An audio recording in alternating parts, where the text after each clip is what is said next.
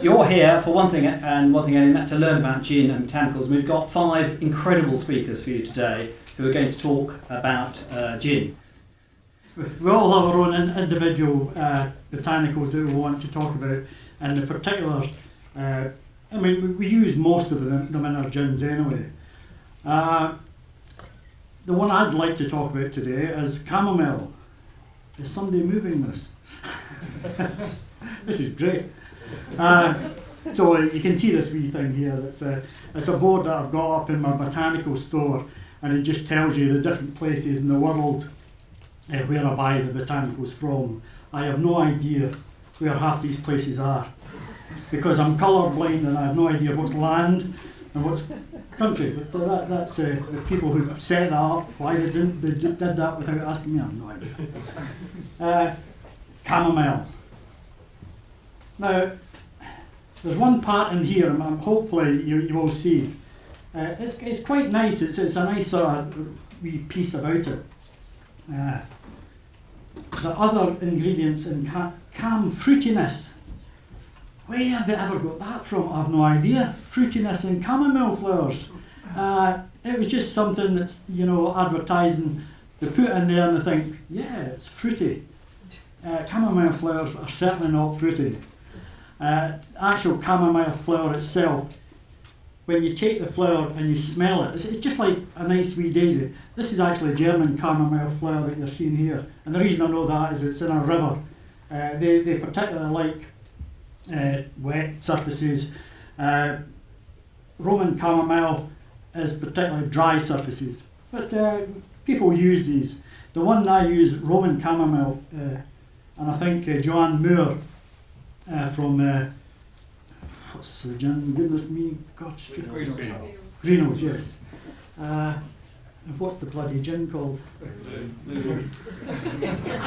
I apologise.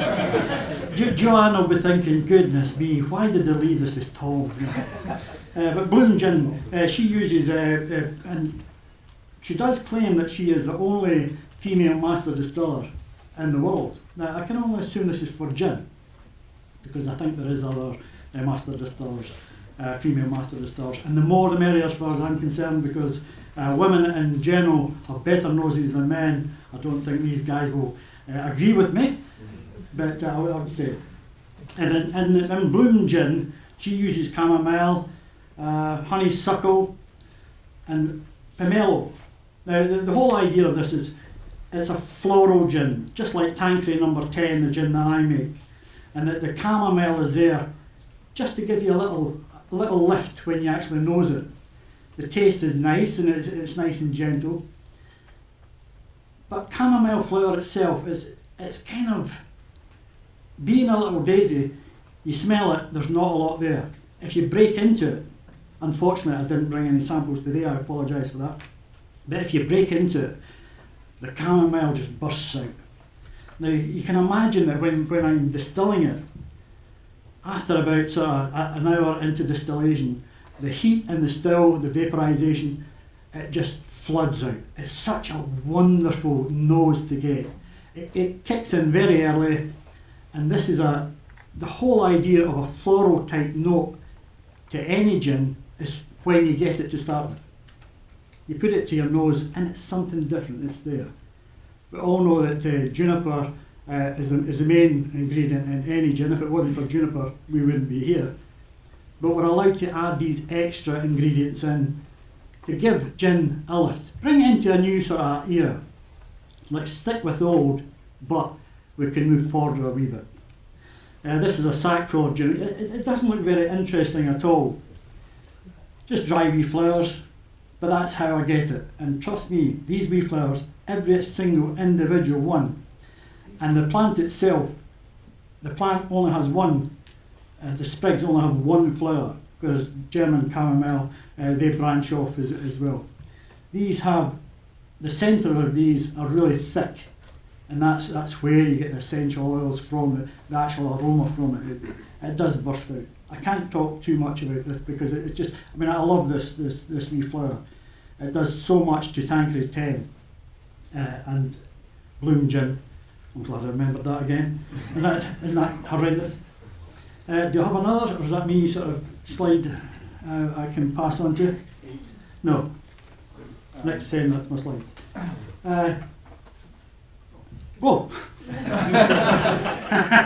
The next slide, of course, is Charles, and he is going to talk about juniper, of course, which, like I say, if it wasn't for juniper, we wouldn't be here.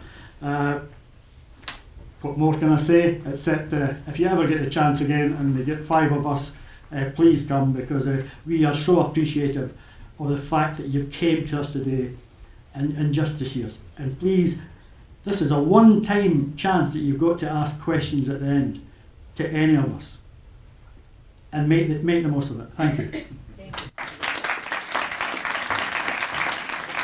Afternoon, ladies and gentlemen. Well, I don't know how I can follow that. Yeah, got a couple of sheds down in Clapham, you know. Slight sort of amusing start to this when we were having a telephone conference about what botanicals would we all talk about.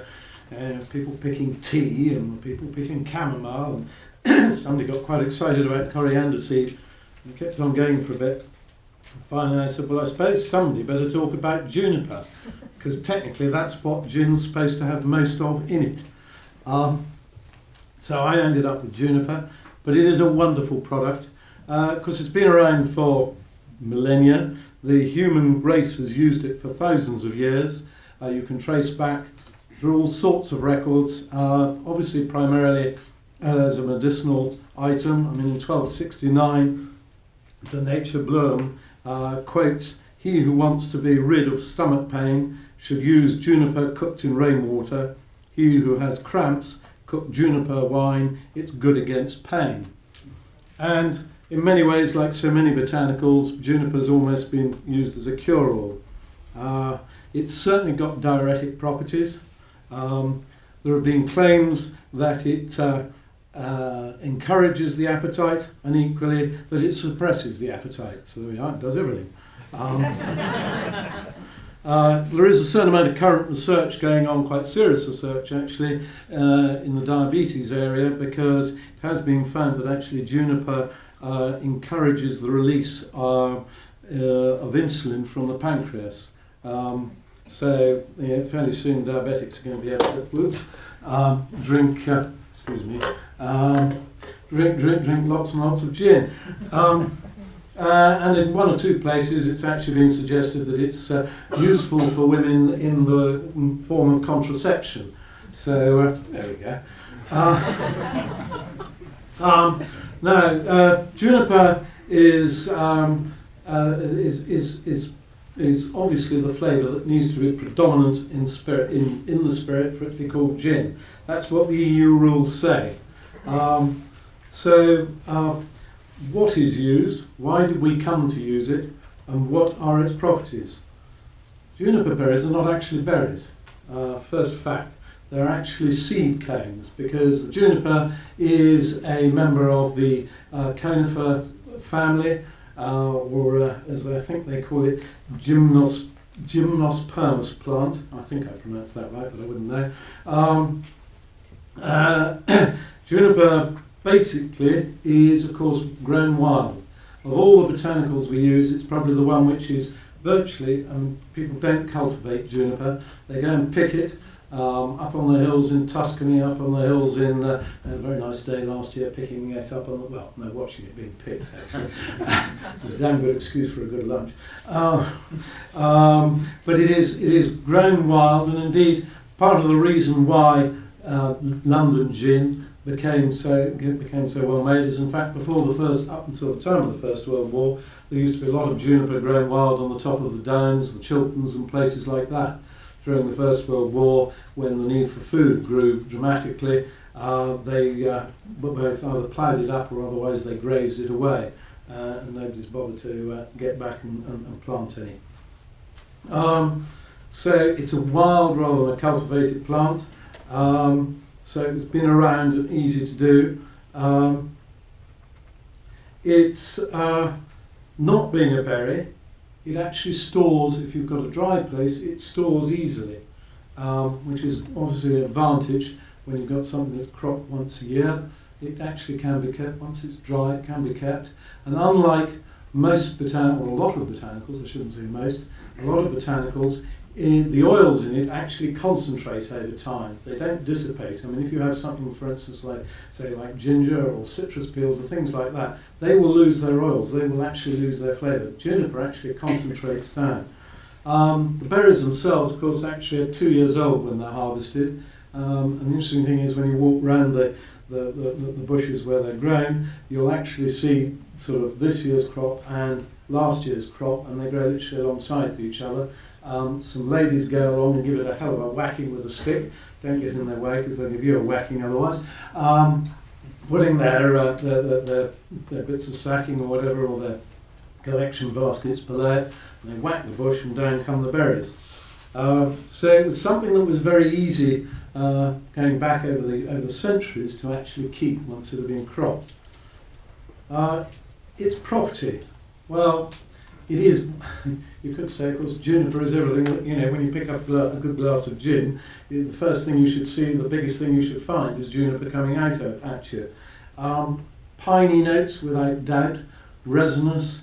It's a very heavy oil. It has certain citrus overtones to it, and that's why it marries so well with that other great gin botanical, coriander seed. I won't talk too much about that because otherwise Peter will kill me, because I might nick his little cork.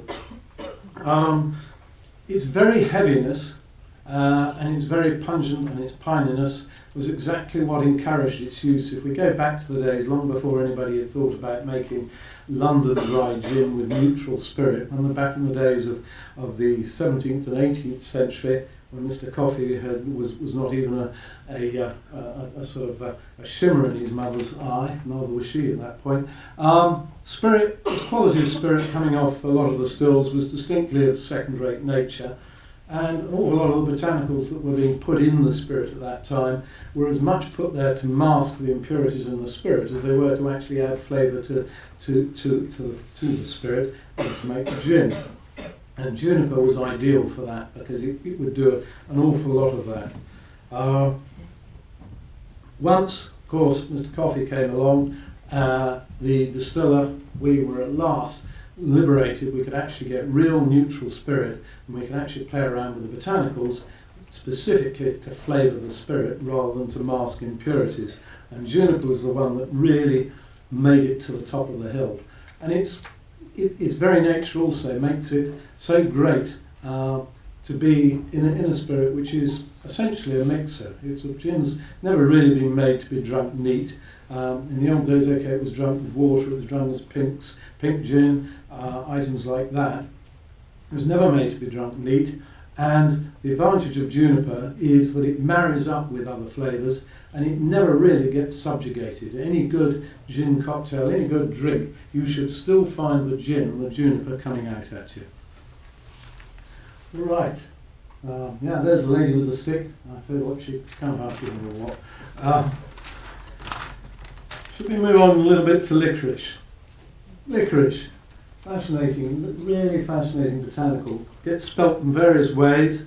That's the sort of English way. The other way is with a C and no U. It's been used in food for literally thousands of years. Also known as sweet root, because it contains a compound that's about 50 times sweeter than sugar in it. Like juniper, it has, and so many botanicals, it's been called on to treat a wide variety of illnesses over the years. What is true that in medicine it acts as a demulcent or a soothing and coating agent, and I'll return to this in a few minutes. Licorice also has the active ingredient of glycyrrhizin, or glycyrrhiza. Now this is a bit of a two-edged sword. Specifically in the USA, they get very excited about that any chance that glycyrrhizic acid might be in it. So far, rather like almonds, everything has indicated that that does not pass on distillation, which is a great relief to an awful lot of gin producers, because licorice is found in a huge number of gins. It grows wild, but it is also cultivated.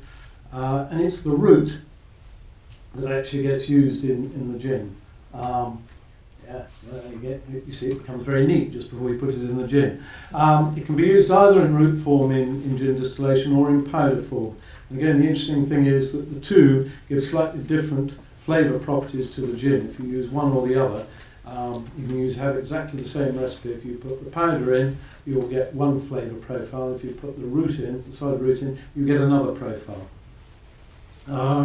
As I said, it's been used as a cure for many ills, ulcers, canker, sores, eczema, indigestion, even weight loss. So here we go again, you see, you can drink gin and lose weight. Can't be bad. Mind the tonic, however. Licorice to gin brings us some of its smoothing and coating agent properties. It really is something which adds as a softener into gin and a smoother. And it also adds complex sweet notes. Outside you'll find amongst the gins there's Bermondsey Old Tom gin. Now the interesting thing about that, everybody thinks Old Tom gin is made using sugar. A lot of them were, but some of them weren't, and indeed some of the ones that went to the USA traditionally didn't. Sugar was always an expensive property back in the old days, because sugar and tea, of course, the two things on which the British Empire was built. That's where all the money was. Licorice was considerably cheaper and gave a lot of similar properties. And if you try the Old Tom gin out there, the Bermondsey Old Tom gin, you'll really get an illustration of what a stack of licorice in a gin will do. It has no sugar in it.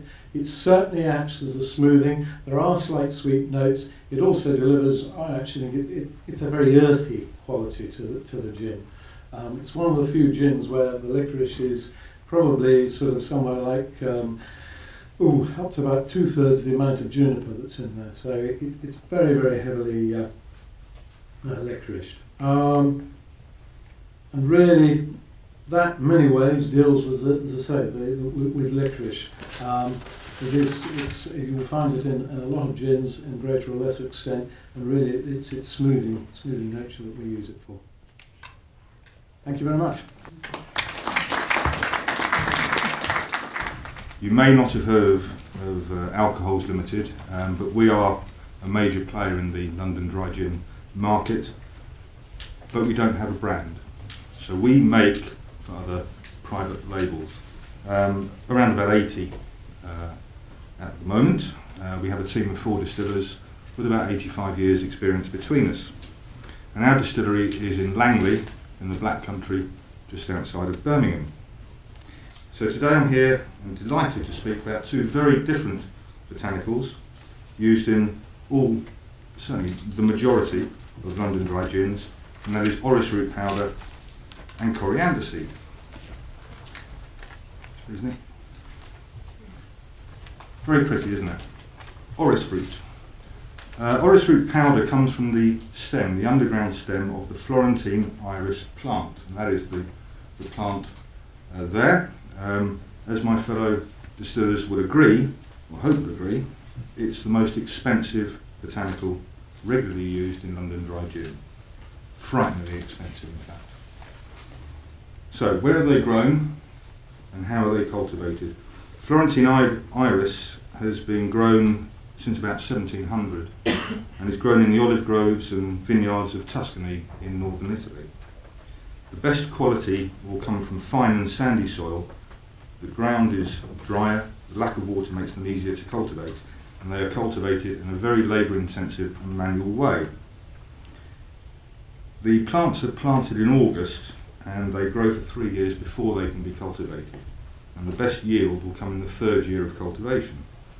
August is definitely the best time for the collection as it's the driest month, and the plants are very simply dug up by hand with a spade. The stems and the leaves are then cut off with scissors, and the rooted cuttings are then replanted back into the ground within 3 or 4 weeks. Now the underground root stem, as you can see on the left hand side of that photograph, is called a rhizome, and that's now ready to be processed into orris root powder. The loose roots, as you can see here on the right hand side, are then snipped away with a knife, again very manual, very labour intensive, and the stem is then, for example, thrown into a concrete mixer with some water and some stones, and that's turned on, and round she goes. This will clean the stems, but will also aid the removal of the skin from the root stem. It's then dried in the open air, cut into pieces or sliced, and then left to dry again. Then the really labour-intensive part of it is finished off by hand with a knife, removing all the skin, a bit like peeling a potato, and then it's dried for a third time in the open air. Finally, it's ground into a powder, as you can see there, and that's where we come in, to use it in London dry gin. So what does orris root powder bring to the party? Well, it has a wonderful, delicate aroma. It's very floral, as you can imagine. It's very fragrant. It's a bit like a blend of violet, Parma violet sweets, if you're old enough to remember those, and tea, some sweet teas. And this aroma, the floral and fragrant aroma, increases during the period that it's drying. So it's really important for these root stems to be bone dry before they're powdered. Orris root powder also acts as a binding agent. It also binds the other botanicals' flavours together. There are a couple of botanicals used in London dry gin that will do this, Angelica root being the other. So in summary, it's very expensive, it's time consuming to harvest, but the result is definitely worth it, as it adds so many complex and fragrant and delicate additives to London dry gin. So this is orris root powder. Now we're going to move on to the one, as Charles said, I selected to talk about. Coriander. Coriander, as you know, is also called cilantro, which is the Spanish word for coriander. And it's the second most crucial botanical after the juniper berries. Coriander is a strange animal because it's also a herb and a spice at the same time, and it comes from the same family as the carrot. It's one of the, sorry, Nick. And again, okay, so the history of coriander, it is one of the earliest spices used by man, traced back to about 5,000 years BC. In fact, coriander seeds were put in urns in the Egyptian pyramids, in the tombs. It was also used by the Romans and the Greeks as a medicine, same as the majority of the botanicals we hear about today, and it was used as a stimulant and an aphrodisiac. So it's quite handy to have. So where is coriander produced? It's grown all over the world, but mainly in southern and eastern Europe, North Africa, Southwest Asia, especially India. And it's an annual plant. And there are two types of coriander. One is called a macrocarpum, which has a huge seed, about 3 to 5 millimetres each, and they're mainly grown in India, and they're used for spices for your cooking. The microcarpum is grown here in Europe. It's much smaller, it's only 1.5 to 3 millimetres across, and has a much more intensive amount of oils inside it. The larger seeds have 0.1 to 0.4% of oil. The smaller seeds, 0.4 to 1.8% of oil. And this is crucial for us as gin distillers. We want lots and lots of essential oils. My view, the best producing area is Bulgaria. Basically, I've just come back from there after doing my shopping for next year's coriander. It has a much higher oil content than other European producing areas. So, the production starts in February, March, the coriander is planted, and after 3 weeks the plants will emerge. The growing season for coriander is about 140 days, and during that time the plant will reach between 50 and 80 centimetres. And they're harvested by using a small combine harvester. It's quite rough and ready, they're just ripped out of the ground. Each plant will hold about 300 seeds. and of those seeds they are split, it's a bit of a pun, but split between whole seeds and half seeds or split seeds. The split seeds then go back in for replanting the plants. The whole seeds are what we're after. And you can see, you can see that you have split and whole seeds and debris as well from the ground as they're harvested. Okay.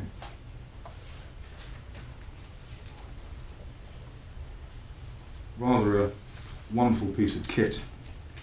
The most important thing for us is to separate those three items, the splits, the whole seeds and the debris, and they're put into a cylindrical separator, which is very old-fashioned, and basically the whole seeds will fall out of the bottom. But there is further work to be done after this process. If you can go to the next one. So this is the whole seeds, the odd split in there, and to the next one, Nick, please.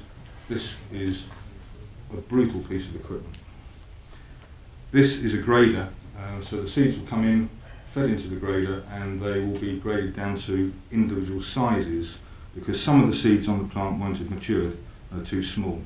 So what we're aiming for is a very uniform size of seeds.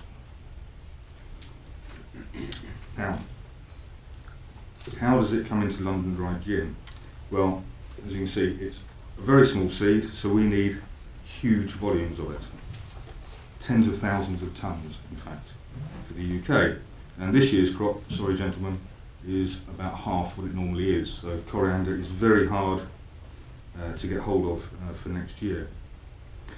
It gives us dry and slightly bitter spice to a gin as opposed to a sweeter spice that you would get from something like cassia bark or from cinnamon bark. And it acts as a counterbalance against the juniper. As Charles said, juniper is the predominant flavour, doesn't get taken over by anything else, but you need the coriander in just to keep the juniper down a little bit. Therefore, some gins will have a higher coriander content, which when you add angelica root, for example, gives a very dry gin, which some parts of the world love. Or you can have a lower coriander content with a higher juniper content, throw in a bit of citrus, and that gives a much sweeter offering. So the options are endless by balancing out those two ingredients. So in summary, it gives us many options on the styles of gin that we produce. And it is crucial to the UK's premium spirit, London Dry Gin. Thank you very much for your attention. Thanks, Peter. I think we're all a bit envious of you nipping over to Eastern Europe and grabbing all the remaining coriander seed. It is a tough year. Some years it's juniper, obviously, grown wild and harvested by hand. This year it's coriander. Who knows, next year it might be something else. But I'm going to talk about citrus, first of all, because I think after juniper, that essential botanical in all gin, and the pretty much ubiquitous coriander, I find it hard to think of a gin without coriander. Those who make 80 gins probably can think of some without coriander. But after those two, I think citrus is probably the next most popular used botanical in the creation of gin. So why? What does it do? What's the purpose of it? First of all, you don't need citrus. All you need is juniper. And there are some excellent gins, Tom's Tanqueray being one of them, that doesn't use citrus at all.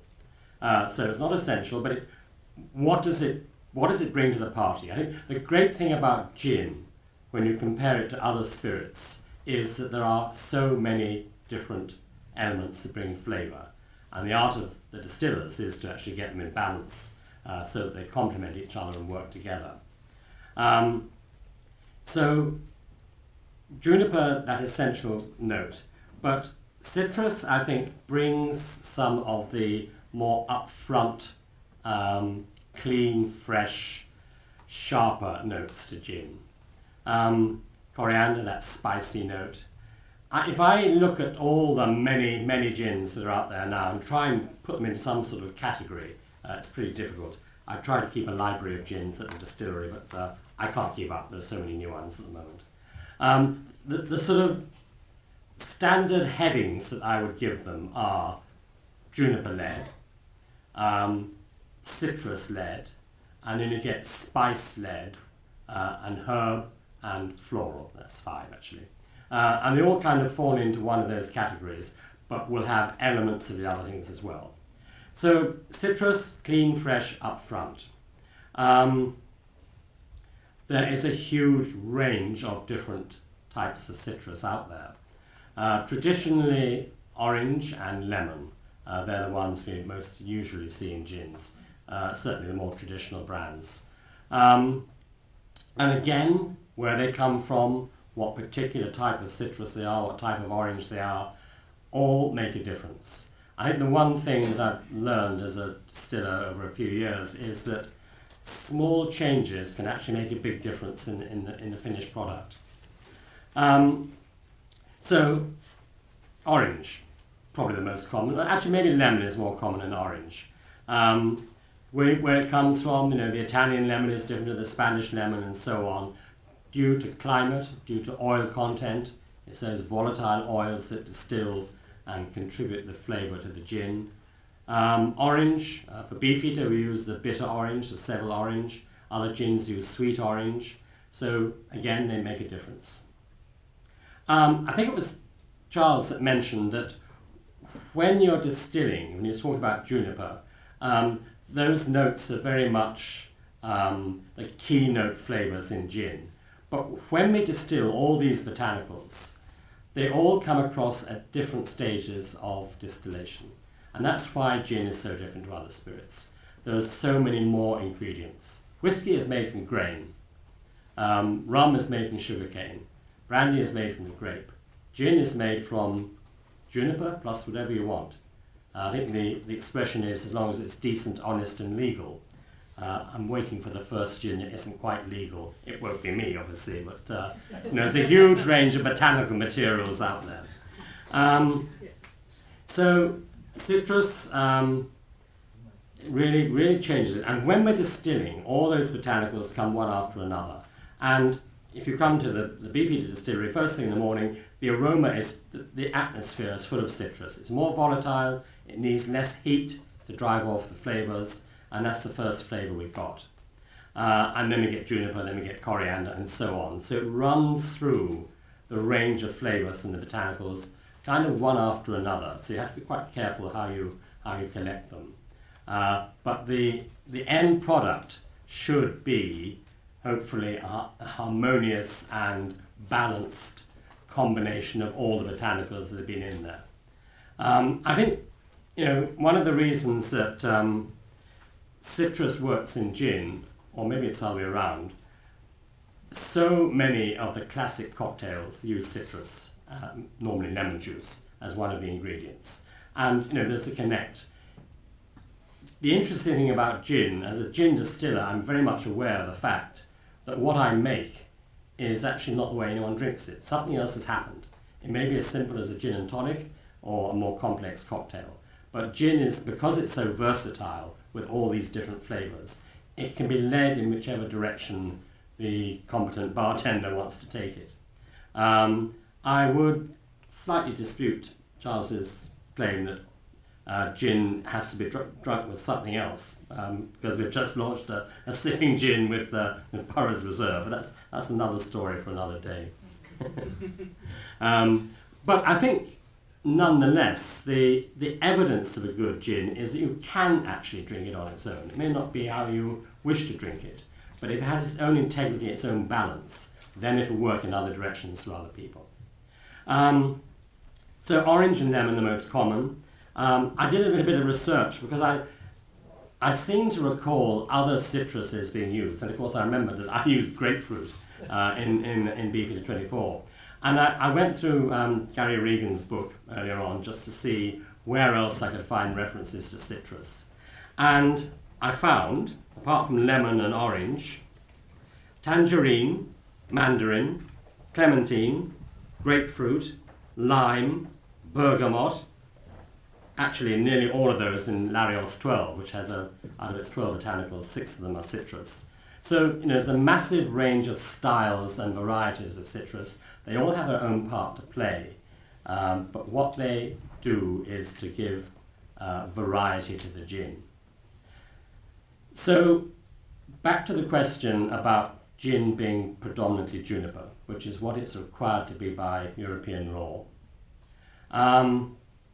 It's difficult. I used to work for Plymouth Gin, and when I moved up from Plymouth to Beefeater, the thing I really understood about Beefeater was it was very much citrus-led, particularly orange.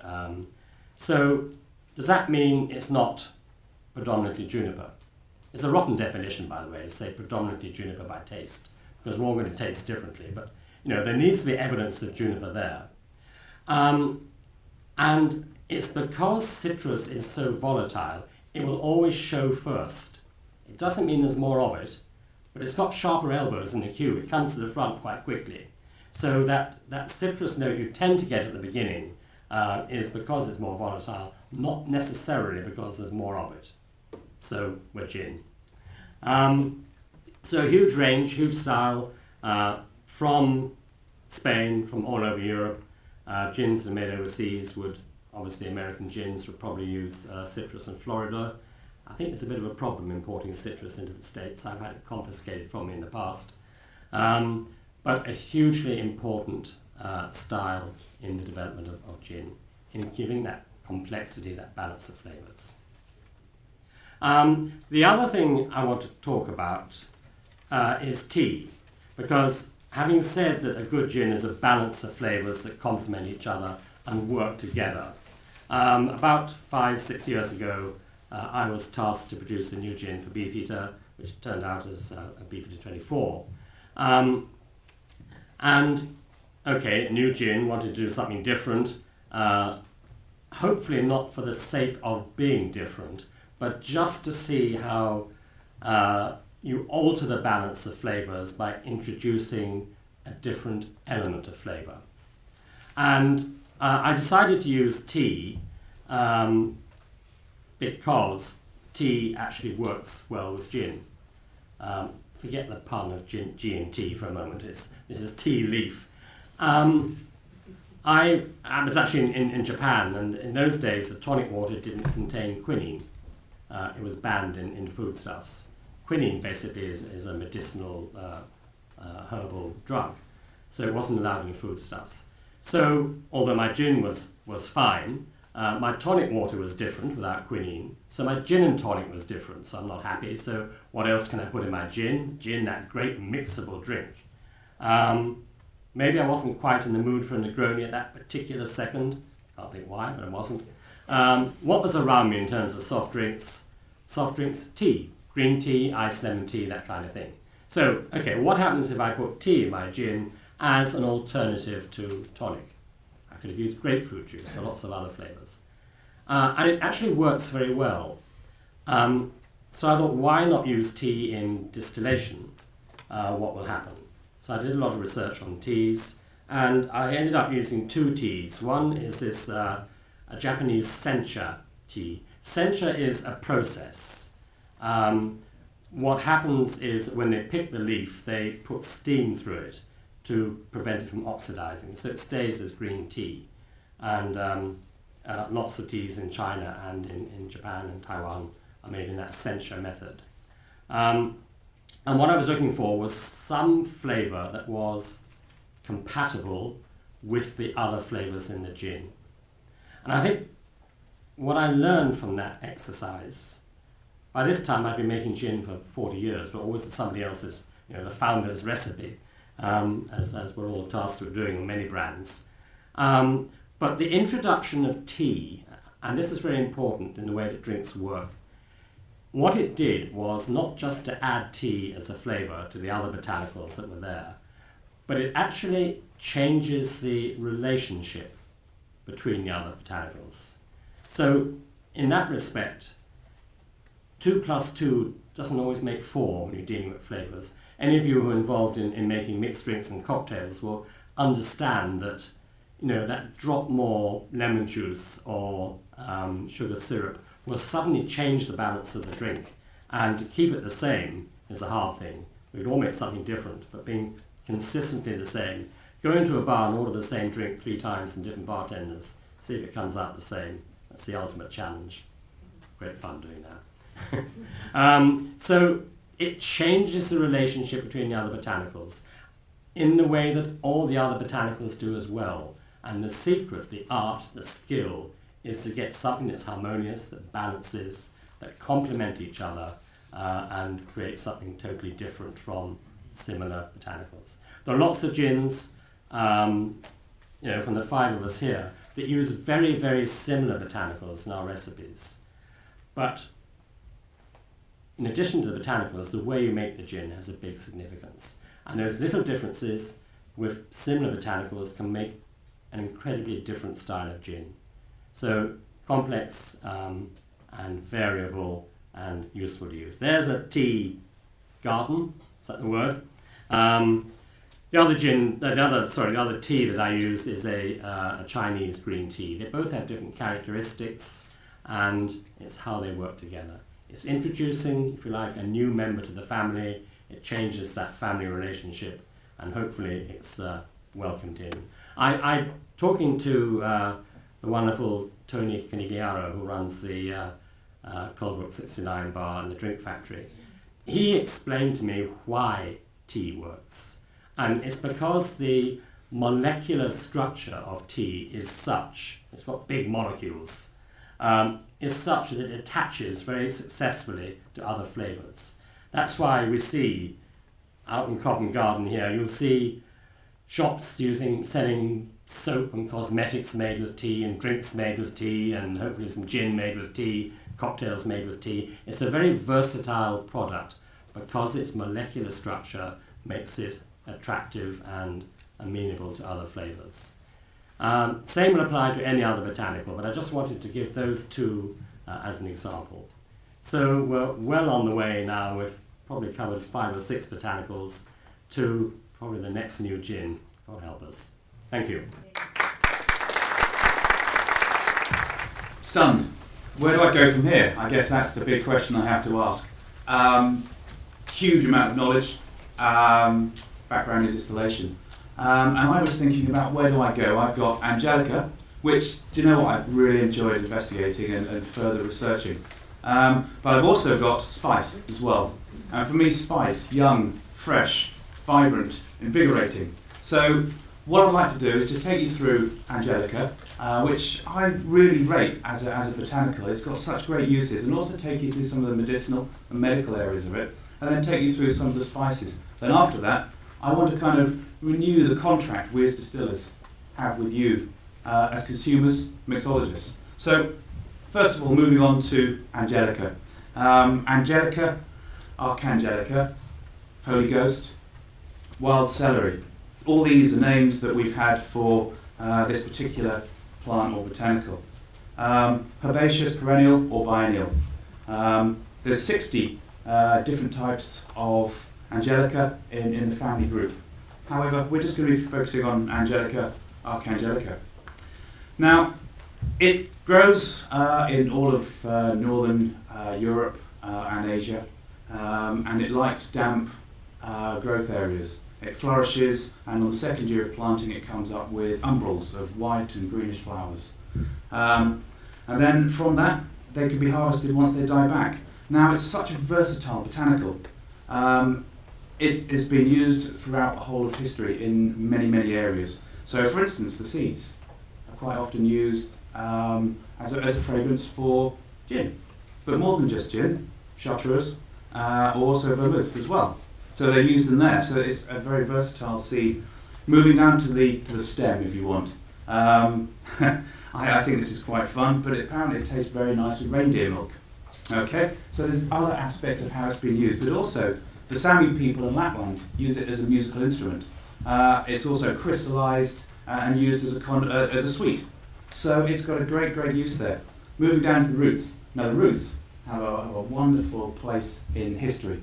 They've been used when they've been freshly mushed and boiled for wounds as a dressing, so both externally and internally.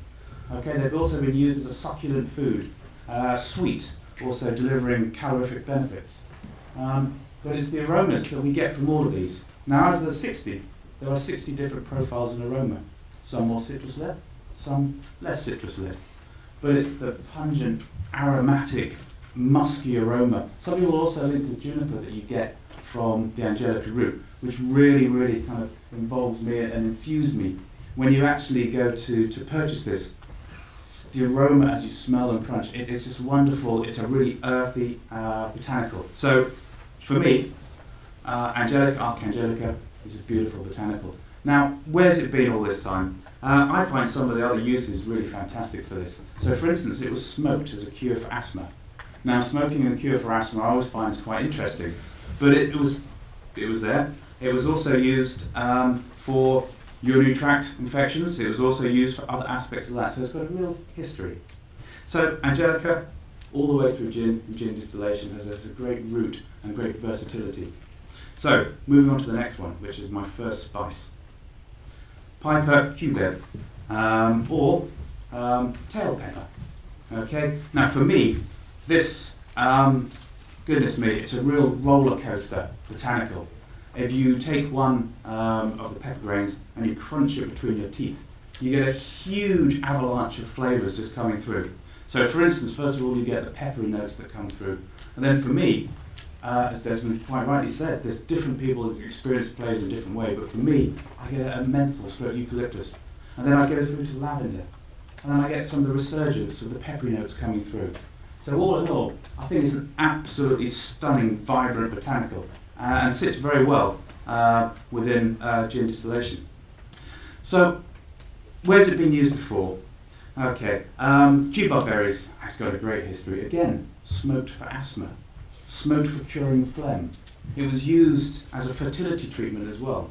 So it's had a great history throughout medicine, and medicine coming through. And I guess that's what we're all saying is a lot of the basis and fundamentals of the botanicals we're using in our gins today. So Piper cubeb. Where did it come from? In Java. Okay, is the most significant section of growth there. And it's grown, it is cultivated, but then harvested prematurely, blanched mainly, so that often you won't get the seeds that you can use to grow. But it was used extensively in the 1600s as a substitute for pepper. And then as pepper became, or Piper niger, as it became more common, it was then removed from in common use. So a lovely and versatile botanical. So moving on to the next one, please. Cinnamomum cassia. Now, not many people know this, but there's 4 different types of cinnamon or cassia, if you want. Now, the first one is the common one, which we've all used and has a great history with gin and gin distillation, and I'll get to that in a minute. But there's 4 different types. So there's Chinese cassia, which is Cinnamomum cassia, or Cinnamomum cassia. The second one is Ceylon cassia. Okay. Third one is Indonesia, and then you have Saigon cassia as well. So there's 4 different types. Now they all have a slightly different profile, but for me, again, as I said, taste and aroma, interpretation is all very wide and different. But for me, it's a lovely, delicate yet pungent, aromatic cinnamon flavour that's really quite delicate but warming, and hence that comes into how we taste it and where it's been used before. So medicines, it's used for coughs and colds and warming, which I think is wonderful. So it's actually a cultivated plant, and so what happens now, Indochina, is basically the farmers will take seedlings and they're cultivated, and then they'll plant them out into the wet uplands. And what they'll do then is after a year they'll coppice them, and then from that root you have 10 shoots, and in about 10 years time after that you simply peel the bark. Now different cassias or cinnamomums, you may beat them and then peel back to produce quills, or you can simply grind them. So again, it's very versatile. Gin distillation. Now I always think it's quite fun, because looking at the cassia, originally mixed with goose fat, the Romans used to perfume themselves. And it was once said in the Roman Empire that anyone who didn't smell of cinnamon and goose fat obviously wasn't a true Roman. So that was one of the earliest ones. But going forward from there, it was then used for sweets, for confectionaries, etc. Now, Ceylon was a great place for cassia, and then the Dutch in 1638 started to take over Ceylon and remove the Portuguese from there. And I guess that's kind of where the interaction with gin distillation may have come from, especially with London gin. So, for instance, they came in by 1640, they'd taken over basically all of the Ceylon production of cassia. After that, the English went in and also developed further cultivation of cassia, bringing it back into the UK. Kind of fell out of fashion when chocolates, confectionaries became slightly more prevalent. But for me, it's got a very, very affectionate place in my heart. It's a lovely, warming botanical, which is great on a winter's night when slightly warmed. Go to the next one, please. Afromomum Melagueta, or Going to Paradise. Now, this is an interesting one for me. Personally speaking, it's a fiery number. Love it. Put a little one between your teeth, grind it up, and you get this huge rush of spice, but also citruses coming through. So it's very, very versatile, and this one stays with you. It lingers, tantalising, tingling your tongue. So for me, it's a lovely botanical to put in there. So it has great echoes. 2, 3, 4, 5 minutes later, after you've had that first sip, you've still got the echo and the sensations in your tongue and mouth. Wonderful. It's harvested when it's not mature. It's then ripened. It's then beaten. The seeds are extracted, sifted, and then produced. And this was the reason why the west coast of Africa was actually called the Pep Coast, because this was the main product that was exported. It's not just Ghana now. It reaches down to the northern parts of Ethiopia. But again, great versatility, and it's a lovely botanical to have that. As I said, the echoes of the pepper tingling on your tongue. So, just one more, I believe. Oh, sorry, no. That one's we're not going through that one. So those are the 4 ones that I'm looking at in particular today. And I was sat here and I was challenged with where do I go after to these 4 experts. And for me, we've spoken about our gins, and that's kind of our part of the deal. The next part of the deal is with you guys. How would we suggest servings? How do you suggest servings for us? Our role is consistency, it's quality. Okay, that quality is exactly the same as. So that's our kind of part of the bargain. So for yourselves, how would you taste? How would you consume? How would you enjoy? Sam Carter and I were just having a bit of fun with this, and we're thinking about the Angelica being used to flavour reindeer milk. So let's think about perhaps a walk down Gin Lane, where we've got Bombay Sapphire, we've got 20 mils of Arget, a syrup, and then we've got warm milk, and warmed up and served with a bit of cinnamon. So it's wonderful, it's bringing through the spices, but it's a new kind of reinvention of how we would serve. It's coming up to the winter, what a great idea. And for Sam and I, it was about fun. It was about enjoying the products, and it was about young vitality and seeing how we could recreate some of the traditional ones. Again, for me, a martini. Wow, what a great drink. Coming back into Angelica, of course, Angelica used, the seeds are used often in the vermouth. So for me, a very, very dry martini. But also, with Bombay Sapphire, it brings out the peppers and the echoes.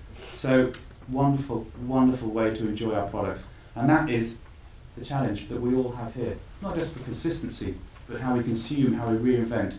And that is the partnership we both have. And that's it for me. Thank you.